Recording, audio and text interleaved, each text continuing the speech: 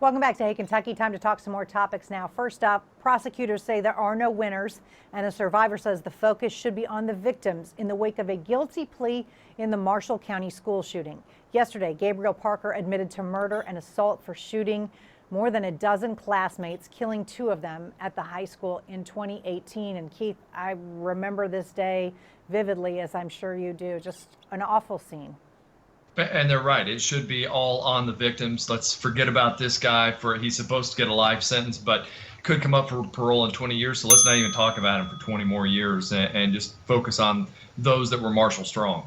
And healing, yes. An NBA legend will pay for the funeral expenses for a University of Louisville football signee. Shaquille O'Neal reached out to the family of Dexter Rentz Jr. after he heard Rentz was shot and killed in Orlando, where Shaq still has a home. Keith, this is a wonderful thing, and I don't think Shaq did this at all for any publicity. No, not at all. I don't think anybody reached out to him. I don't know how he found out about it, but I mean, I think it's a wonderful thing that you see a celebrity like that, help out somebody in their time of need. Yep. The COVID-19 crisis may have spurred a rise in scam reports around the country, but we may end up being less affected than it by other states. That's because statistics show that Kentucky experienced the 9th fewest identity theft reports among all states in 2019. And Keith, it would make sense since every other thing that we put on here where Kentucky is ranked, we're the lowest. So who wants to steal our identities?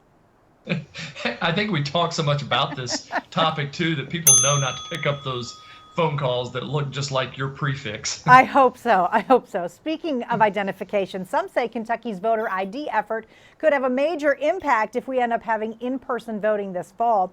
Critics of the legislation point out with government and other ID issuing office closures because of the pandemic, the move is likely to cripple voter turnout. Keith, I don't know if it's how much it will impact voter turnout, but I have thought about where do you go if you need a license?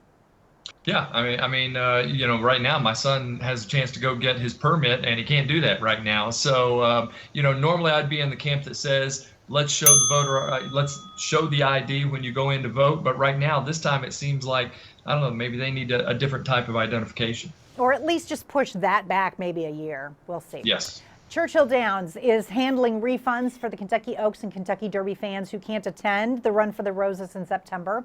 The big race obviously postponed from this weekend to September 5th. Churchill Downs says they will be considering refunds on a case-by-case basis, and most people who request one should get their money back. And Keith, it's Derby week. It just doesn't feel right.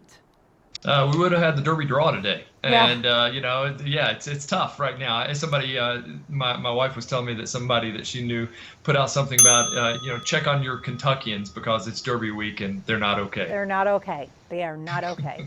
All right, Kentucky freshman wide receiver Khalil Branham is doing his best to stay in shape at home for whenever football might begin. The former 4-star recruit showed off one of his lockdown workouts on Twitter, and your abs will probably be sore just from watching it. Keith, this is not me at home right now. This is not. That's so easy to do right there. I don't understand. Why are we showing this? This is simple. I love it. Hey, listen, we'll take every 4-star receiver working out that we can possibly get here. For sure. All right, stay with us. The wrap up is next as Hey Kentucky continues.